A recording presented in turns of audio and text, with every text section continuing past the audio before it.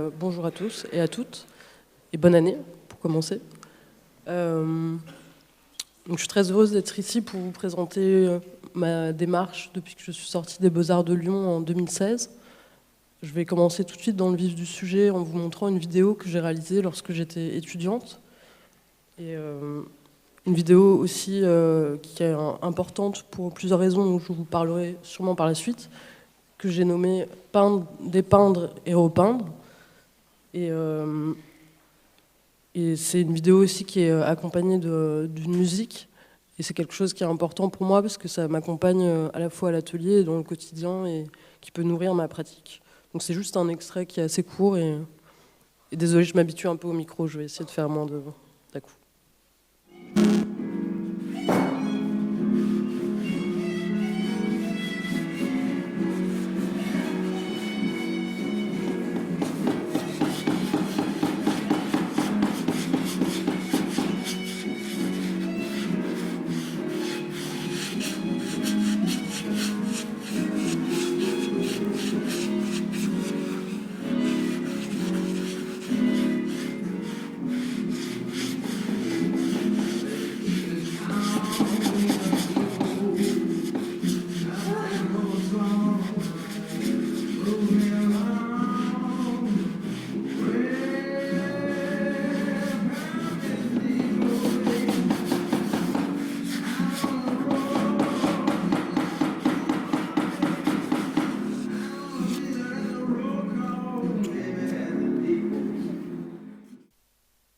J'ai souhaité vous montrer cette vidéo parce que je l'ai réalisée lorsque j'étais étudiante et elle fait partie d'un moment assez particulier que vous avez peut-être vécu vous-même, qui est les moments de transition entre les espaces d'atelier, les espaces d'exposition où on monte son travail. Et là, pour moi, il s'agissait d'effacer les traces que j'avais fait au sol de mon atelier. Comme je travaille beaucoup sur des bains colorés, j'ai tendance à inonder un peu les espaces où je travaille. Et donc c'était un moment où je tentais de faire peau neuve de mon atelier. Et aussi, si je vous montre cette vidéo pour commencer, pour inaugurer cette présentation, c'est que ça va aussi dans la suite des images que je vais vous montrer à l'instant, qui sont des selfies de mes pieds, puisque je travaille au sol et que c'est la vue disons, la plus courante que j'ai sur mes peintures quand je travaille, une vue en plongée, qui est aussi pour moi une manière de prendre du recul sur ce que je suis en train de faire et une première déambulation dans l'espace et dans une sorte de relation directe à la peinture.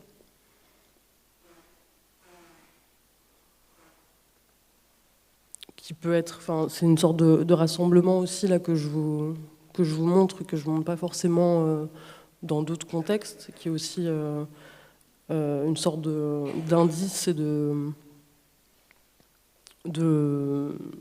corpus, de saison, qui peuvent être aussi des influences d'humeur et de tissus et de rencontres qui s'opèrent dans l'atelier. Je ne l'ai peut-être pas précisé, mais quand je travaille, j'installe une bâche au sol sur laquelle je renverse du coup ces jus et qui me sert aussi de palette.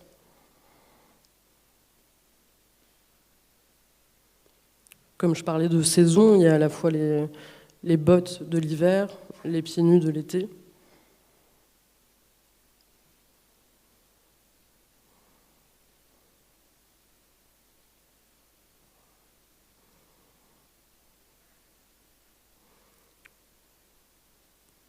C'est des moments où les tissus sont jetés au sol et se plient ou se déploient et parfois se confondent les bâches et les tissus. Parce que je peins essentiellement du coup sur des tissus et jamais avec un châssis. La toile n'est pas enfermée dans un cadre, elle est toujours libre. Pour vous donner peut-être une idée un peu plus précise, je vais vous montrer une vue d'un de mes ateliers, qui était mon atelier à Lyon, dont j'ai disposé pendant 4 ans à la sortie des Beaux-Arts. et qui m'a permis de déployer plusieurs expositions et de faire l'expérience d'un espace qui était le mien et que je pouvais utiliser dans tous ses contours, et aussi bien le sol que les murs, parce qu'il y a un aller-retour qui se fait entre les deux. Et par exemple, tous les petits formats que vous pouvez voir au mur, enfin les petits formats et les bandes sont des chutes de grands formats, parce qu'en général, je balance entre des temps d'atelier où je travaille plutôt sur des choses assez libres, qui sont à mon échelle, et à d'autres moments des plus grands formats, lorsque je suis invitée dans des lieux où je travaille aux mesures de ces espaces.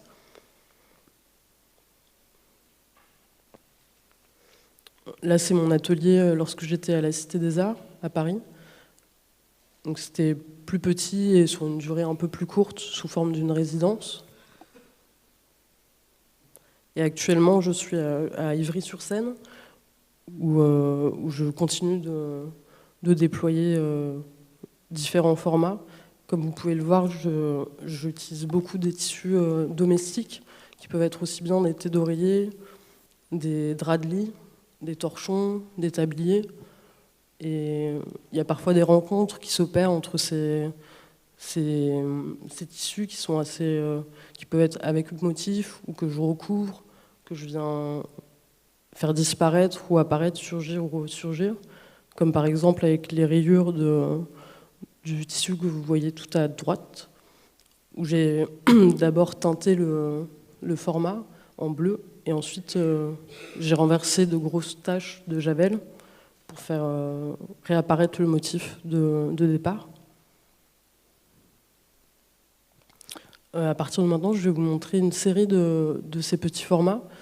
J'ai volontairement laissé apparaître les titres, parce que comme j'en parlais au départ, la musique m'influence beaucoup, et notamment dans le choix des titres, qui a pour moi une importance assez conséquente dans le fait d'activer les peintures.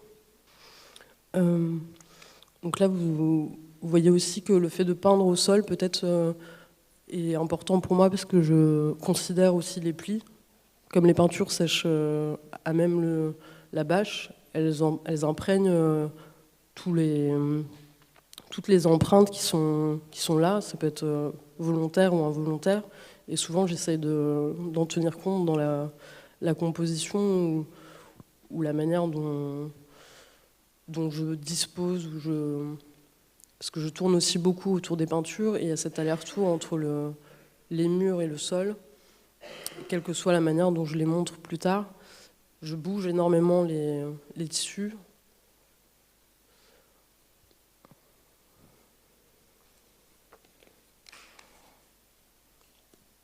Dans les titres aussi, il y a une sonorité qui compte, qui peut induire une image, induire un mouvement.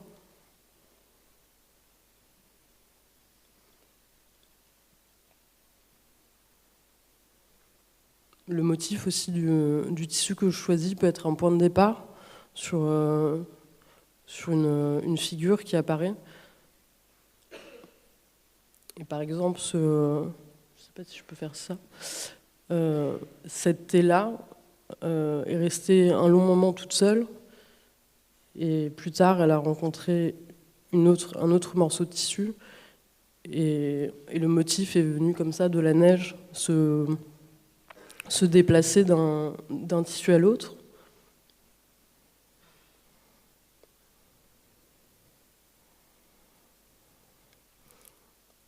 J'essaye aussi de créer des expériences quand je suis à l'atelier, comme par exemple avec cette thé où j'ouvre la thé et je ne sais pas forcément ce qui va se passer. Il y a quelque chose qui me plaît dans la magie d'un visage qui se dédouble, ou d'une symétrie que je n'avais pas prémédité.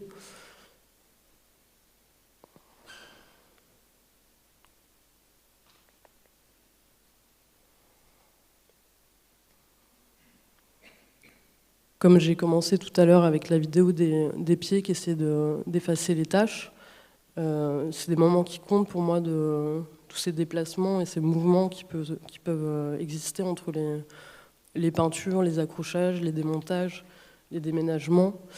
Et là, par exemple, c'est un déménagement et ça fera peut-être écho, cette image fera écho par la suite à d'autres. Et donc ces petits formats me permettent de créer des grands ensembles qu'il m'arrive de composer avec d'autres formats un peu plus grands.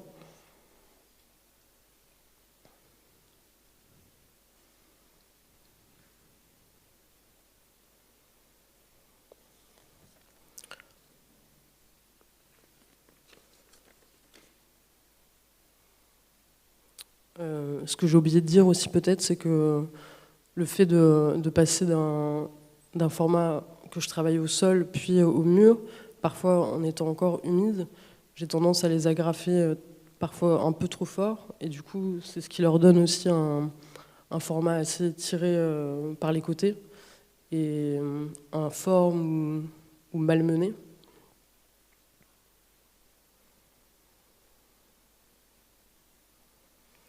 Donc à partir de maintenant, je vais commencer par vous parler des expositions que j'ai essayé de séparer en 3 temps. Le moment où je découvre le lieu, le moment de la production, puis le montage et l'installation. C'est d'ailleurs par les plans que je vais faire les transitions, puisque c'est comme ça que j'aborde une exposition, d'abord par le plan, puis par l'espace qui est vierge quand je le visite, et que je dois imaginer et penser comment je vais intervenir dans cet espace. Donc là, vous avez un plan des Beaux-Arts de Lyon, où j'ai intervenu plusieurs fois dans la verrière. Une première fois, lorsque j'étais étudiante, j'ai d'ailleurs décidé de vous faire une présentation assez chronologique de ma pratique. Comme je pense que dans cette salle, vous êtes beaucoup d'étudiantes et d'étudiants, ça me paraissait assez logique. Et donc là, c'était un moment d'accrochage où on nous avait demandé de sortir justement des espaces d'exposition pour imaginer un autre lieu d'accrochage. Et donc j'en ai profité pour réunir toutes les peintures que j'avais faites depuis ma première année. Et ça m'a permis de réaliser une sorte de séquence et de montage presque comme j'aurais fait avec plusieurs films ou plusieurs vidéos, les unes à côté des autres qui se rencontrent. Et il y aurait pu avoir plusieurs combinaisons possibles entre toutes ces peintures. Plus tard, lorsque j'étais diplômée, j'ai souhaité renouveler cette intervention, mais en faisant une peinture qui soit directement en mesure de cet espace, parce que celle que je vous ai montrée avant, finalement, n'en formait qu'une, mais à partir d'une cinquantaine. Et donc pour cela, j'ai fait de la couture, ce qui m'arrive souvent pour réaliser des formats qui sont liés plutôt aux espaces et sur mesure. Et j'étais amenée à réaliser cette immense peinture sur place, du coup, dans la verrière des Beaux-Arts de Lyon, et de jouer aussi avec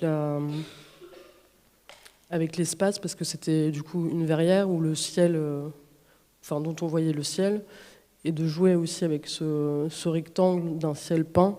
Il y avait comme ça une sorte d'inversement entre ce qui était visible lorsqu'on levait la tête et c'est pas très clair. Je veux dire de simuler une sorte d'aller-retour entre le bas et le haut. Ce qui m'intéressait aussi, c'est que les Beaux-Arts de Lyon sont répartis sur plusieurs étages, et cette verrière, on peut tourner autour, et du coup, ça nous permettait d'avoir un point de vue très différent, à la fois sur les côtés, du premier au deuxième au troisième, et la peinture était si fluo qu'elle se reflétait dans tous les étages, comme on peut le voir par exemple ici, où j'avais un peu rosé l'école. En été 2017, j'ai été invitée en résidence à Molly Sabata. C'était les 90 ans. Et pour cela, du coup, je suis restée 3 mois là-bas, où j'avais un atelier et un logement. Et c'était plutôt un luxe pour travailler sur une exposition que d'être sur place. Ça m'a permis de réfléchir en faisant des allers-retours entre mon atelier et le lieu où j'allais exposer. Donc pour ça, j'ai développé une pratique sur place dans cet espace. J'étais invitée par le commissaire d'exposition Joël Riff. Donc c'était intéressant parce que lui aussi était sur place et on a pu échanger et faire des allers-retours entre mes intentions, mes intuitions et les siennes et modifier petit à petit et avancer sur l'exposition. Très vite, il a été question que je réalise des grands formats pour investir ces espaces. Molly Sabata, c'est une grande maison où il y a plusieurs pièces et on était de nombreux artistes, donc c'était une réflexion collective presque. Et là, j'ai travaillé dans le pavillon de Molly Sabata où j'ai pu réaliser comme un grand bassin. Donc ça, c'est l'un des formats que j'ai réalisé pour cette exposition qui s'appelait En Crue.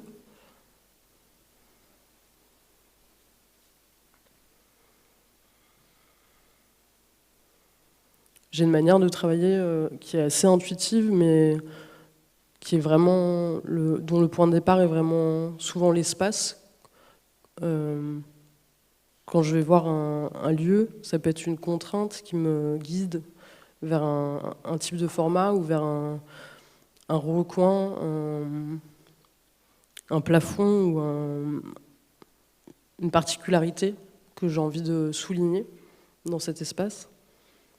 Ici, c'était par exemple une peinture que j'avais pensée pour l'entrée de la maison de Molly Sabata. Et du coup, j'ai souhaité faire des ouvertures avec des découpes qui permettaient de voir non seulement, vous allez le voir après, le verso de la peinture, mais également de ne pas boucher complètement la vue de l'espace. Donc ça, c'était mon atelier, mais aussi mon logement. Il y avait beaucoup de chats qui s'infiltraient. Joël Riff, le commissaire d'exposition, à un moment donné, m'a proposé de venir tapisser les fauteuils Mallet-Steven. Finalement, c'est une proposition qu'on a abandonnée, mais qui nous a permis de réfléchir à d'autres infiltrations, comme venir considérer les volets de la maison comme un châssis. Donc, j'ai réalisé des peintures aux mesures de ces volets, que je suis venue tapisser, enfin, on a démonté les volets, et je suis venue les recouvrir.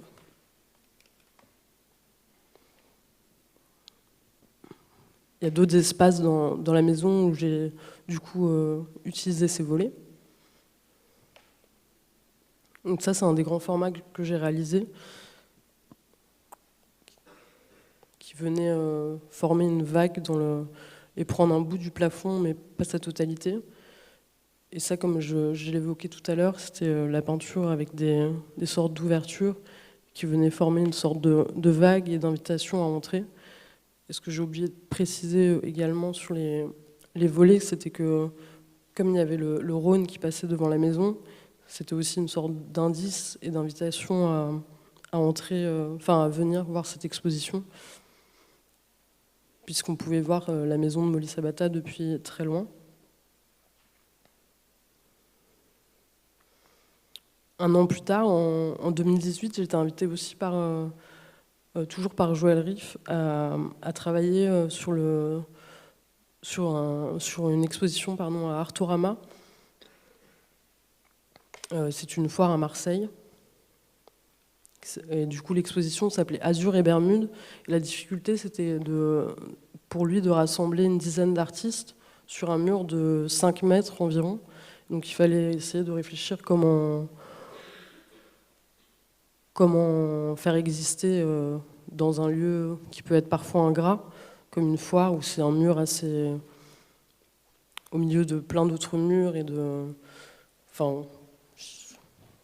pas très simple, bref. Donc il m'a invité à collaborer pour l'occasion avec un autre artiste, un céramiste, Lorenzo Wen. Et donc je suis revenue 2 semaines en résidence à Molly Sabata, donc dans le même lieu dont je viens de vous parler. Et il a fallu imaginer comment mes peintures pouvaient venir, comment dire, former un ensemble qui viendrait révéler les peintures et les céramiques présentes des autres artistes. Donc on a imaginé une sorte de prototype en amont de cette foire, au sol d'abord, pour avoir une vue d'ensemble. Et les céramiques de Laurence Owen venaient surélever la peinture pour montrer celle de Marc Desgrands-Champs, par exemple ici, un masque de Caroline Achintre, une fresque, enfin un dessin mural, pardon, de Stéphanie Nava, et de venir jouer aussi avec une peinture en biais qui viennent aussi à inventer un autre espace. Il y avait aussi des chevauchements d'un masque d'une autre céramiste, enfin, et pas que d'une autre artiste qui s'appelle Caroline Achintre toujours, par-dessus mes peintures. Et du coup, de considérer la peinture comme un fond, comme une fenêtre vers autre chose. Donc ça, c'est l'artiste avec lequel j'ai collaboré, qui a joué comme ça. On est presque dans une mise en scène. Là, par exemple, avec un gros clou. En 2019, j'ai été invitée par l'Institut d'art contemporain de Villeurbanne à participer à la Jeune Création pour l'exposition Là où les eaux se mêlent. Donc là, c'est un plan de la salle numéro 5, pardon, où on m'a proposé d'exposer. Très vite, dans cette salle, j'ai été assez gênée par l'importance d'un plafond technique qui finalement, au départ, était une contrainte, et ce qui m'a permis j'ai eu envie de me servir de cette contrainte comme d'un rebond pour investir tout le plafond. Donc, comme d'autres projets, cette invitation était... Enfin, pas cette invitation. Mon intuition de prendre le plafond était assez surdimensionnée. Du coup, il a fallu que je fasse appel à une association de couture pour m'aider à réaliser un très grand format.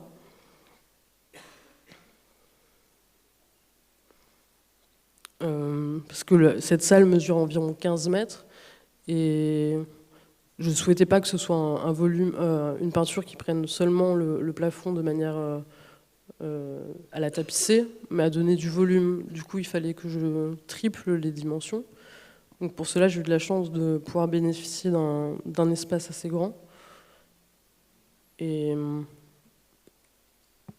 en tout premier lieu, j'ai commencé par réaliser des pochoirs parce que je souhaitais amener un motif. Finalement, le motif était plutôt un prétexte parce que je souhaitais aussi jouer de ce plafond technique qui était avec beaucoup de néons, de lumière, et de me servir du coup de ces néons de lumière pour faire entrer la couleur à travers la peinture, la lumière pardon, à travers la peinture, et de créer une sorte de rétroéclairage. Et pour cela, il fallait que je joue entre des zones d'opacité et de transparence et des zones, des couches beaucoup plus épaisses et d'autres plus liquides. Je ne sais pas si c'est très clair.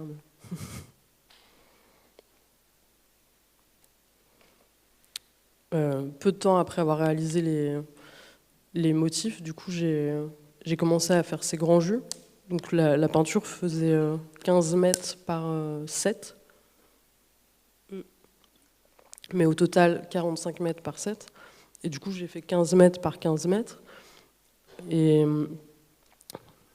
c'est pour ça que j'ai commencé aussi par vous montrer des photos de mes pieds, parce que c'est toujours cette vision que j'ai lorsque je peins, mais ça me demande d'avoir une certaine projection sur ce que ce sera par la suite. Et c'est ce qui me plaît aussi de peindre un peu les yeux fermés, en en faisant confiance à la première intuition que j'ai eue lorsque j'ai visité l'espace. Sur l'aspect technique, je crois que je vous l'ai dit, mais j'ai un doute. Je renverse du coup beaucoup de jus dans un seau, et c'est un mélange où il y a plus d'eau que de peinture, aussi des pigments, des encres. J'utilise beaucoup de peinture vinylique qui est très fluo.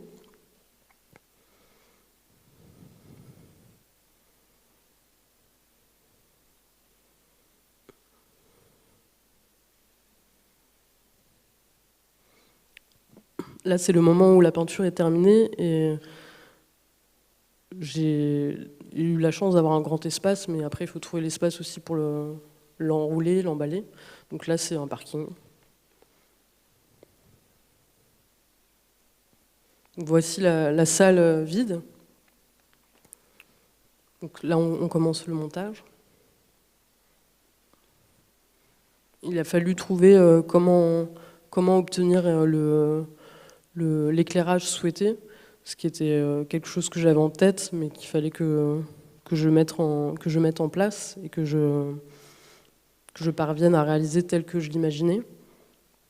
Donc ça a pris un certain temps, environ 15 jours.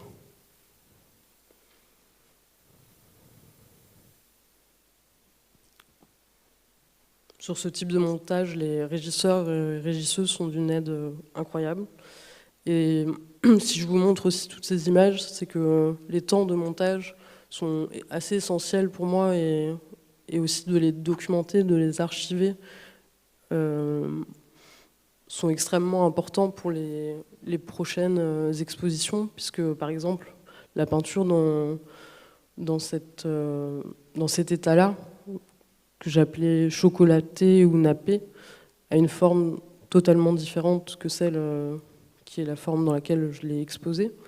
Mais quelque part, elle est dans tous ses états lorsque je l'installe. Et c'est important pour moi d'archiver tous ces états. Donc ça, c'est la peinture une fois installée, qui est beaucoup plus... qui se tient bien. Donc, il y avait 7 vagues à des niveaux différents, de hauteurs différentes, et un mur sur lequel elles retombaient. J'ai également peint le sol avec une peinture de type parking, enfin comme dans un parking où c'est très brillant et c'est comme presque de la glycéro et ça permettait d'avoir des reflets de tous les motifs et la couleur.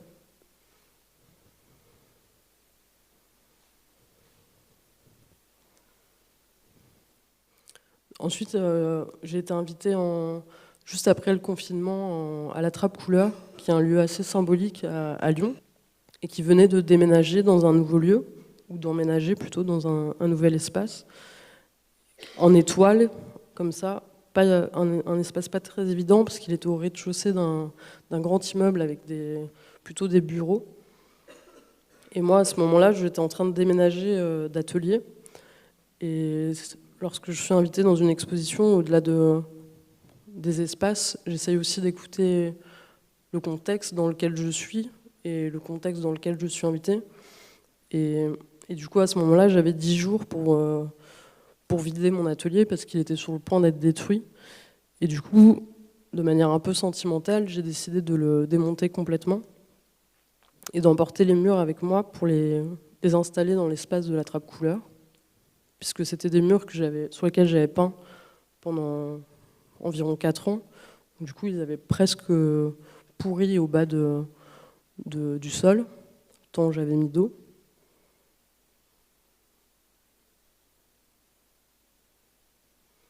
Et ces murs sont devenus comme des parois que j'ai réinstallées dans l'espace de la Trappe Couleur en alternant, puisqu'il y avait environ 8 faces dans cet espace. Donc j'ai alterné, j'avais environ 4 murs que j'ai montés pour le coup presque comme des châssis. Et dans cette exposition, nous étions environ 5 et j'ai invité un ami qui était peintre à venir disposer ses peintures par-dessus les parois. Et on a essayé de créer un dialogue entre nos deux gestes, enfin, nos deux gestes, tous nos gestes,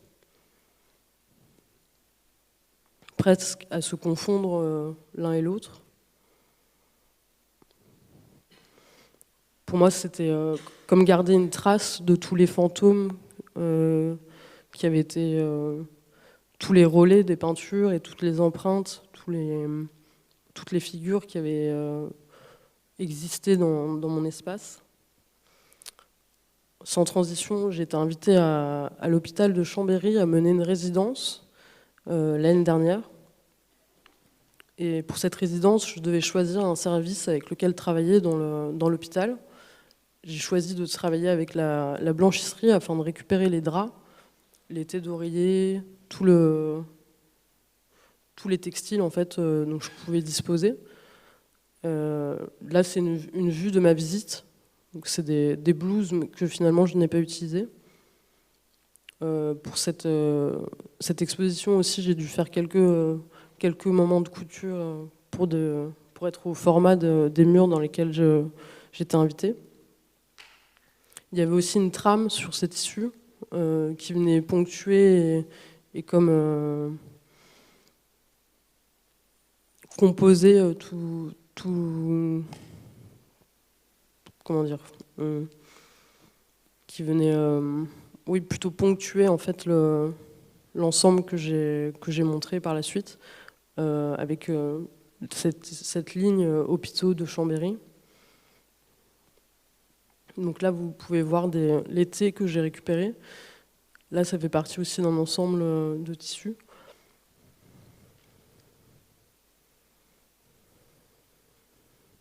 Donc là, on est au moment du montage. Donc vous voyez, toutes ces lignes sont en fait la trame qui est comme l'indice de la provenance de ces draps, et à la fois, il disparaît complètement. Donc, je ne l'ai peut-être pas précisé, l'hôpital de Chambéry a un espace dans le hall où il invite des artistes à investir les lieux.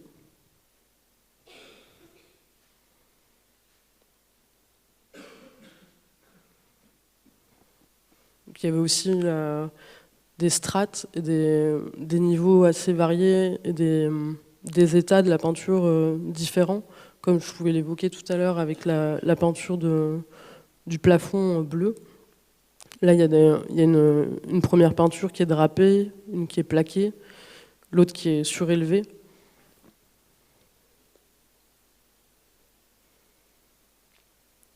Là, c'était toujours à Chambéry, où j'ai utilisé les 5T pour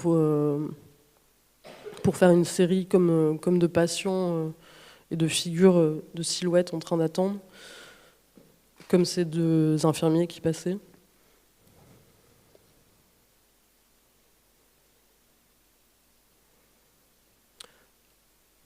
En hiver, j'ai été invitée par le Crac 19 à exposer dans une vitrine. Et j'ai décidé d'utiliser cette vitrine, vous allez le voir ensuite, comme un châssis dans lequel je vais emballer la peinture, enfin sur lequel je vais emballer la peinture. Et comme j'ai pu le faire à Molise Bata avec des découpes, ici, comme je souhaitais peindre l'intérieur de cette box, j'ai volontairement voulu que le fond fasse apparaître le fond. Donc j'ai peint à l'éponge l'intérieur de cette box, qui est une box qu'on voit de l'extérieur et du coup qui est éclairée la nuit.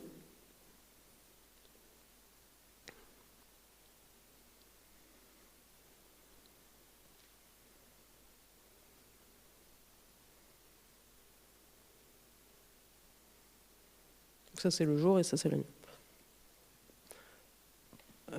Par le même centre d'art, j'ai été invitée à mener une résidence de 2 semaines avec des autistes pendant 2 semaines. Je vois. Cette résidence avait lieu dans ce conteneur qui me servait d'atelier, mais à la fois c'était une résidence qui amenait à venir collaborer avec les résidents de Sésame, donc c'est le nom de la résidence. et de trouver comment les inviter selon leur handicap, selon leur capacité à peindre. Donc il a fallu inventer des outils, trouver des manières de les impliquer et que ce soit pas eux qui regardent comment la peinture se fait, mais qu'ils participent complètement à cette résidence. Donc l'éponge a aussi été un outil assez facile à ce moment-là. Et au départ, je pensais qu'on exposerait ou qu'on viendrait tapisser un espace. Et au fur et à mesure du temps passé avec eux, j'ai réalisé à quel point pour eux le textile et la partie tactile, la relation entretenue avec les tissus avait beaucoup de sens et à quel point c'était un plaisir pour eux de manipuler tous ces draps colorés. Et donc au fur et à mesure de la résidence, il a été question que toutes les peintures réalisées par eux deviennent leurs habits et qu'ils se les approprient. Par exemple, comme une cape, une robe de soirée.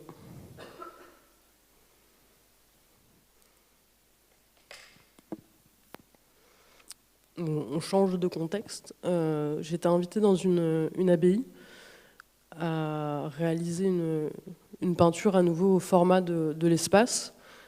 Et pour le coup, cet espace, je n'ai pas pu le visiter, mais on m'a envoyé beaucoup de photos. Et ce qui m'a attiré une nouvelle fois, c'était le plafond.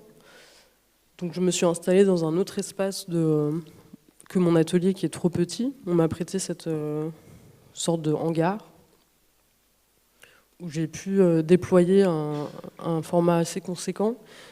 Et c'est une sorte de ciel qui reprend un des petits formats que j'ai pu vous montrer au départ.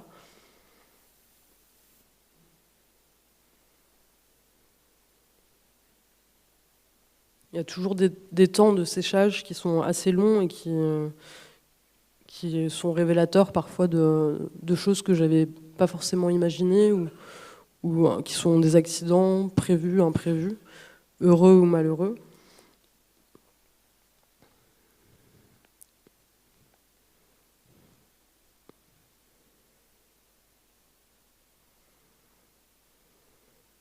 Toujours le parking où la peinture vient s'étaler à la fin parce que ça rentre pas dans les espaces. Et là, je fais un petit retour aussi sur la première vidéo que je vous ai montrée parce que cet espace où j'ai été invitée, évidemment, il y a eu beaucoup de taches de peinture. Donc j'ai dû le repeindre en gris pour effacer mes traces. Donc là, on est dans le lieu de l'exposition de cette abbaye.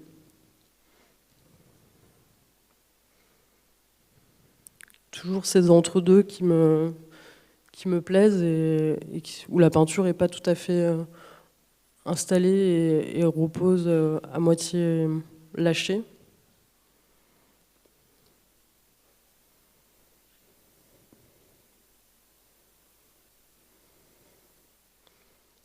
J'aime aussi parfois qu'il y ait une ambiguïté entre une peinture qui serait peinte sur un tissu ou à même le plafond.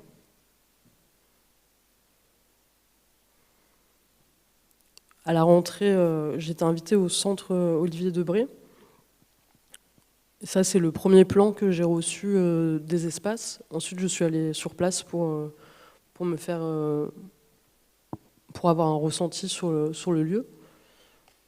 Et donc, c'est un endroit où il y a 4 puits je crois que je dis pluie, 4 puits de lumière que l'on peut voir dans les angles. Et donc il y a une fenêtre tout en haut qui laisse passer la lumière, un puits de lumière. Et donc j'ai souhaité jouer avec cet espace pour faire une sorte de rétroéclairage naturel. Et donc j'ai eu la chance de pouvoir travailler directement dans le centre. Et c'était assez agréable, encore une fois, d'être dans l'espace. Là, cette fois-ci, j'ai utilisé une bâche blanche en dessous pour protéger le lieu. Vous allez voir par la suite que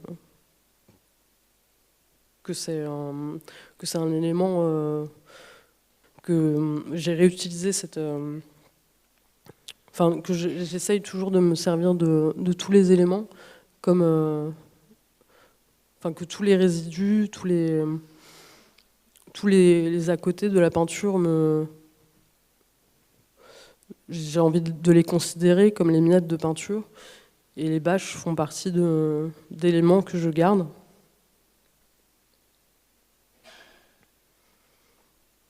Pour en revenir au Centre d'art Olivier Debré, j'ai réalisé un format aux mesures de ce puits de lumière, et un peu comme avec le plafond de l'abbaye qu'on a vu juste avant, j'essaie de jouer de cette ambiguïté entre une paroi bleue qui aurait été peinte directement sur un mur et un tissu fluide et mouvant. Ce qui m'intéressait aussi dans le fait d'intervenir à cet endroit-là de cet espace, c'est de boucher le lieu d'exposition, puisqu'il y avait un couloir en fait, qui passe de l'autre côté, et du coup on a 2 niveaux de lecture aussi de cette peinture, puisqu'on peut entrer dedans de l'autre côté, je ne sais pas si c'est très clair, et voir un autre espace, enfin voir voilà.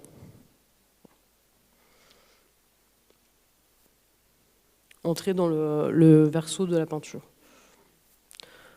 C'est aussi une peinture que j'ai montrée en face de ce tout petit format, qui mesure environ 40 cm par 30, et ça m'intéressait, ce rapport d'échelle, que j'ai joué aussi au niveau des titres, puisque la très très grande peinture s'appelle Clapotis, et cette petite peinture, Avalanche.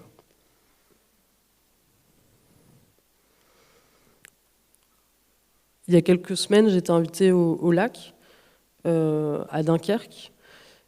Et comme vous pouvez le voir, du coup, il y a une sorte de flux qui s'opère autant que je peux, puisque là, c'est la bâche qui était dans le centre Olivier Debré qu'on vient de regarder, que j'ai utilisé donc pour peindre le clapotis, que j'ai transporté au lac de Dunkerque, puisque je voulais investir tout le sol de l'espace. J'étais invitée aussi à choisir dans la collection de ce centre des œuvres de leur collection. Et du coup, j'ai sélectionné 2 Noël Dola, 2 Tarlatan. Il y avait aussi avec moi dans la même salle des peintures de Maxime Tiffin, qui avait lui-même choisi dans la collection du centre d'autres peintures de peintres. Enfin, voilà. Donc il fallait composer dans cet espace avec tout ce monde et tous ces peintres. C'est pourquoi il me semblait le plus juste de me glisser au sol. Et donc j'ai apporté la bâche qui m'a servi à peindre Clapotis quelques semaines auparavant, et également des bâches qui provenaient de mon atelier. Pour cette exposition, j'ai eu la chance de travailler avec des sauliers, ce que je n'avais jamais fait. Donc c'est des personnes qui installent les moquettes. Donc, on voit les tarlatanes de Noël Dola qui permettaient une sorte une transparence et un jeu de regard entre les peintures de Maxime. Et d'ailleurs, ce qui était assez drôle, c'est qu'un Olivier Debré se retrouvait parmi la sélection de Maxime Tiffin. Donc il y a comme ça des heureux hasards.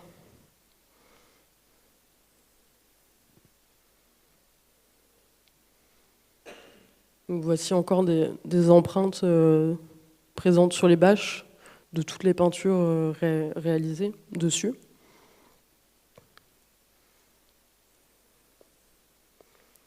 Et pour boucler la boucle, une photo de mes pieds.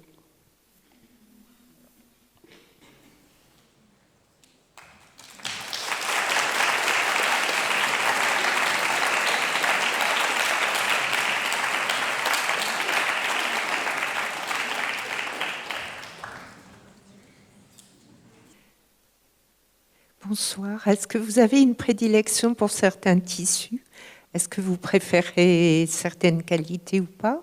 Et est-ce que ça influe sur votre choix dans la réalisation? Il y a un mot que j'ai pas saisi. Est-ce que j'ai une préférence pour les tissus? Je me souviens plus. Mais oui, en tout cas, j'aime beaucoup les tissus avec des motifs qui existent déjà, parce que ça me permet une sorte d'entrée. Plus au niveau de la qualité des tissus. C'est plutôt, je dirais plus que la matière ou la qualité du tissu, c'est plus peut-être quelque chose de sentimental. Avec parfois, il m'arrive d'aller piocher dans les tissus de ma famille ou de certains amis, d'un grand-père. C'est plus une relation, une sorte de vécu avec le tissu, ou que moi-même j'ai pu utiliser des propres thés qui m'ont appartenu ou ce genre de choses, que la qualité. Après, bien sûr, elle rentre en compte quand je vais dans des recycleries, des Emmaüs, je touche, mais c'est assez. Ça peut être très abîmé ou pas du tout. Moi, je suis assez surpris du fait d'utiliser la couleur d'une manière aussi liquide et que ça garde quand même une saturation à ce point. C'est les encres c'est quoi qui fait ça? C'est que il m'arrive souvent de remettre des couches et des couches. Du coup, parfois, c'est pour ça que je disais qu'il y avait un long temps de séchage. C'est que j'ai du mal à arrêter parfois les jus par-dessus les jus. Et c'est la vinylique aussi que j'utilise, qui est souvent très fluo, qui vient pigmenter les peintures. Et après, là, ça dépend des tissus pour le coup. Mais c'est les fluos qui sont très puissantes. Vous avez dit que vous utilisez aussi les musiques que vous écoutez pendant que vous faites une œuvre d'art. Et est-ce qu'on peut deviner la musique ou les musiques que vous avez écoutées dans le titre ou oui, c'est possible. Par exemple, pour cette exposition, j'ai appelé l'ensemble de l'installation Comme des lacs gelés. Et c'est une chanson de Bachung. Ok, d'accord. Et ça n'a pas trop de problèmes niveau, comment on dit déjà? Les droits? Ouais, les droits, tout ça. Parce que... Je me suis posé la même question et je pense qu'il faut que je me renseigne un peu plus, mais je crois pas. Bon, ben, je ferai pareil alors.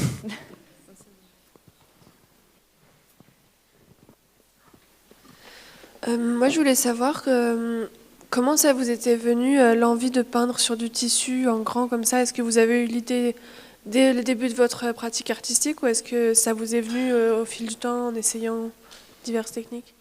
C'est venu assez tôt lorsque j'étais étudiante. Je pense que j'ai essayé une fois de monter un tissu sur un châssis et ça m'a beaucoup énervée. J'ai peu de patience et aussi ça me permettait d'avoir une grande liberté de jouer avec les tissus qui soient libres et que je pouvais choisir, qui n'étaient pas...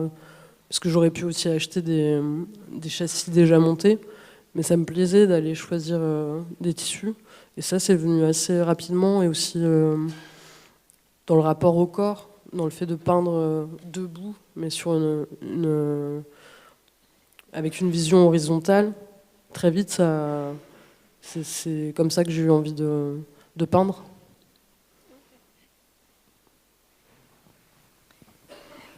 Vous avez intitulé votre conférence Sentiment peinture. Oui. Et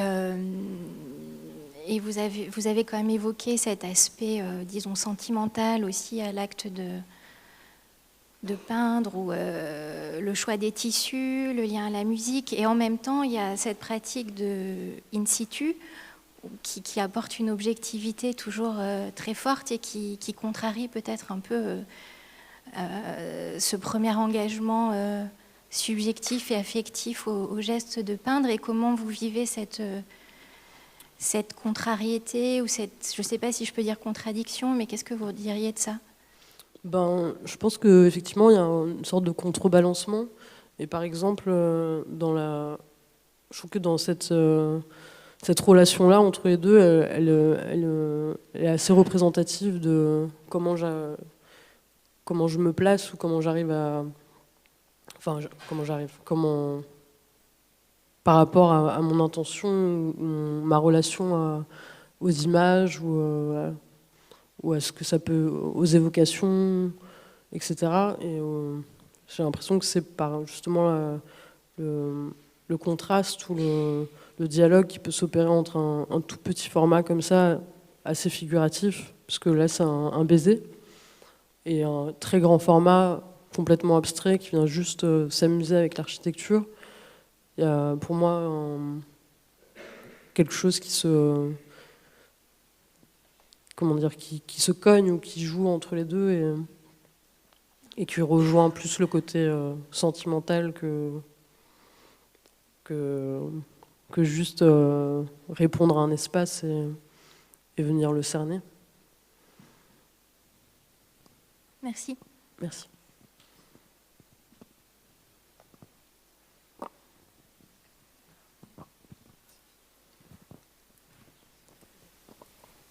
J'ai pu voir justement l'exposition au CCCOD à Tours et je voulais savoir, selon vous, comment votre travail et votre installation dialoguaient avec la pratique d'Olivier Debré. Ça, je pense que c'est plus le travail du commissaire d'exposition qui l'a construit dans ses choix de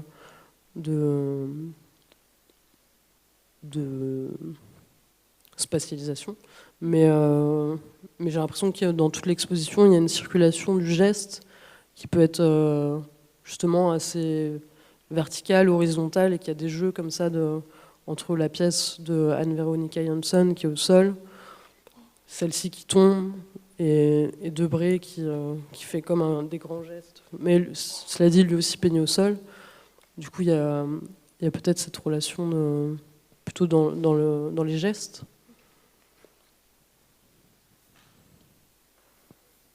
Je suis curieux de savoir ce que deviennent les toiles une fois l'exposition passée. Est-ce que c'est des choses que vous recyclez, que vous réutilisez pour en faire d'autres, adaptés à d'autres espaces, ou c'est à usage unique? Je me suis toujours plutôt dit que ça pouvait être réemployé ou montré autrement. Mais je pense que j'aime tellement que ce soit une sorte d'enchaînement et de relais, dans une fluidité, quelque chose de naturel qui soit la poursuite de celle d'avant, que du coup je monte pas forcément, je les remonte. Enfin, c'est toujours nouveau ou tout frais. Il y a peu de choses que j'ai montrées. Quoique, si celle qui est sur l'affiche de la conférence et qui est au plafond de l'Institut d'art contemporain, je l'ai remontrée à Bruxelles, un peu différemment, du coup, qui était rétroéclairée par une verrière. Du coup, c'est un éclairage naturel. Mais c'est assez rare. Vu que les lieux sont différents, en général, je peins pour un lieu aux mesures du lieu, mais c'est arrivé. Vous les gardez quand même, quoi. Je les garde, mais ça commence à être compliqué. Ok, merci.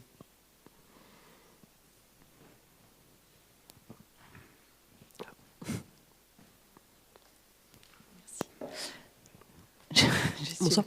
Bonsoir. Moi, je voulais que vous parliez un peu de votre rapport à la couleur. Donc, vous avez évoqué le désir de couleurs un peu flashy, mais quand vous partez comme ça sur des grands formats, il y a du préalable avant, c'est que de l'instinctif. C'est quoi votre rapport à la couleur? Je pense qu'il y a...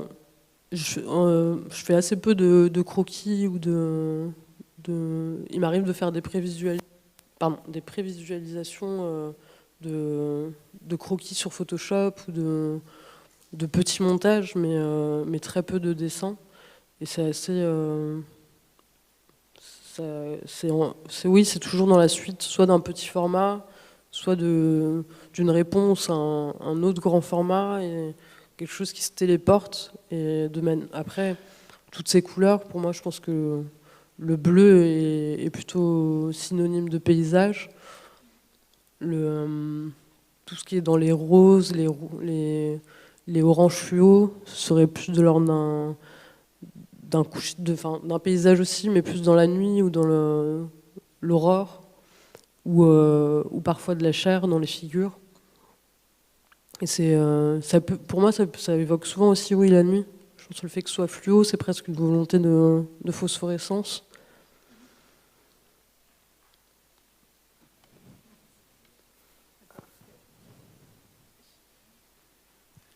Bonsoir. Bonsoir. Moi, je me posais la question, donc ça fait, en comptant les Beaux-Arts, plus le temps passé depuis, donc ça fait 11 ans, comme ça, que vous alignez des gestes à peu près, ouais. Plus ou moins du coup improvisés ma question du coup c'est plutôt est-ce qu'au bout d'un moment il y a un corpus de gestes qui commence à devenir des choses qui rentrent à prendre en compte, certains qui vont revenir parce que ce sont des favoris ou d'autres qui vont être complètement enfin voilà, comment on se débrouille au bout d'un moment, au bout de 11 ans avec en tout cas dans votre cas à gérer ces gestes-là. Je pense qu'il y a une approche qui est similaire, celle de faire des fonds dans un premier temps et ensuite de les faire apparaître. Mais moi, j'aime pas trop m'ennuyer, donc j'essaye de réinventer toujours. Après, il y a un moment où ça se réduit, mais du plus que je peux réinventer toujours des nouveaux gestes. Mais forcément, oui, il y a aussi quand même un vocabulaire d'attitude ou de... Après, il y a toujours aussi les accidents qui peuvent surprendre ou être inattendus et plus ou moins heureux, ouais. Mais oui, je pense que même sans en être totalement conscient, c'est un vocabulaire de gestes qui est là et que j'essaie de développer le plus possible. Bonsoir. J'avais la question si la couleur bleue a une signification particulière pour vous. C'est plutôt autant la mer que le ciel. Et c'est quelque chose qui est assez intuitif. Mais qui a toujours été très présent. De rien. Très tôt, vous avez fait de très très grands formats. Comment vous avez réussi à assumer ça dans vos expositions en utilisant tout l'espace proposé? C'est quand même osé. C'est cool. C'est super cool. Tant mieux. C'est grandiose. Je pense que quand j'étais aux Beaux-Arts, j'ai mis au moins 3 ans à... Enfin, je peignais en cachette un peu partout. Et partout sauf aux Beaux-Arts. Et un jour, pour montrer mes peintures à un rendez-vous, je m'étais enfermée dans un studio de vidéo et du coup je m'étais fait vraiment beaucoup gronder parce que j'avais accroché sur un mur de projection qui était destiné aux peintures, donc j'avais fait des trous. Et bref, au fur et à mesure, j'ai eu quelques soucis de ce genre-là. Donc je me suis décidée à m'installer dans l'école pour peindre. Et là, c'était un peu la libération. Et du coup, je me suis mis à peindre des très grands formats. Et depuis ce jour-là, je n'ai pas arrêté. Donc je suis passée d'un tout petit coin où je peignais à libération. Je m'excuse auparavant, mais j'ai posé une question un peu scolaire, mais en même temps, on est dans une école. Oui. La famille, puisqu'on connaît justement ces œuvres in situ dans l'histoire de la peinture, on a du mal à raccorder avec ce à quoi je peux penser, mais vous citeriez qui dans votre famille proche d'artistes peintres? La liste est longue, mais j'ai beaucoup aimé Hélène Frankenthaler. Beaucoup des peintres qui n'ont rien à voir. J'ai aussi fait un stage qui a été assez important pour moi avec Elsa Tomkowiak, qui est une peintre qui vit vers la Bretagne et qui peint plutôt sur des bâches, des morceaux, dans des lieux plutôt de manière in situ et aux demandes. Il n'y a pas du tout de lien figuratif, mais elle est très très inspirée et très en relation avec l'espace. Des peintres assez différents, beaucoup de peintres du coup. Joan Mitchell, d'ailleurs, qui est en ce moment exposé à Paris avec son compagnon. Et dans ce rapport à l'espace, justement, ces grands formats. Comment ? Par rapport à l'espace occupé, à jouer avec l'architecture, il y a pas d'exemple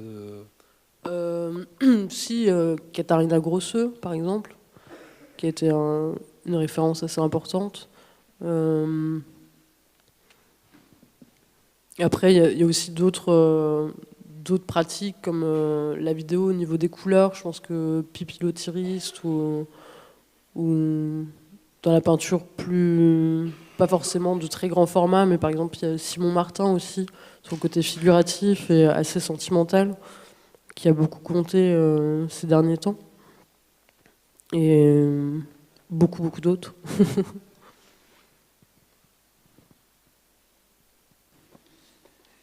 Et je voulais savoir, à part donc il y a le tissu, il y a les jus à la peinture, et vous vous amusez aussi avec d'autres. Il y avait un essai avec de la javel, oui. Et vous vous amusez à essayer d'hybrider avec d'autres liquides ou d'autres produits que la peinture, enfin, de mélanger avec des, je sais pas, des oxydations, de la cire. Pas tellement, en dehors de la javel, c'est le seul produit un peu fort que j'utilise, un peu agressif. Et d'ailleurs, j'essaye d'éviter un peu parce que c'est vrai que c'est moyen pour les voisins et même pour moi. Mais non, c'est plutôt acrylique, encre, vinylique et pigment. Et de temps en temps et plus, il y a un moment, j'ai fait un peu aussi pas mal de vidéos où je venais saturer les couleurs. J'aurais pu vous montrer cette partie-là, mais c'est vrai que je me suis plutôt concentrée sur les expositions, et les montages et la manière dont j'ai construit chaque exposition. Mais mes matières sont assez réduites, enfin sont assez les mêmes. Ouais. Après, il peut y avoir des accidents de café qui peuvent participer. Les chats. Des pattes de chat, oui, j'ai beaucoup de traces de mes semelles aussi, que des fois j'inclus.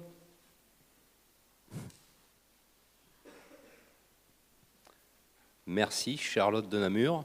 S'il n'y a Merci pas à vous. d'autres questions. Merci beaucoup. Merci beaucoup.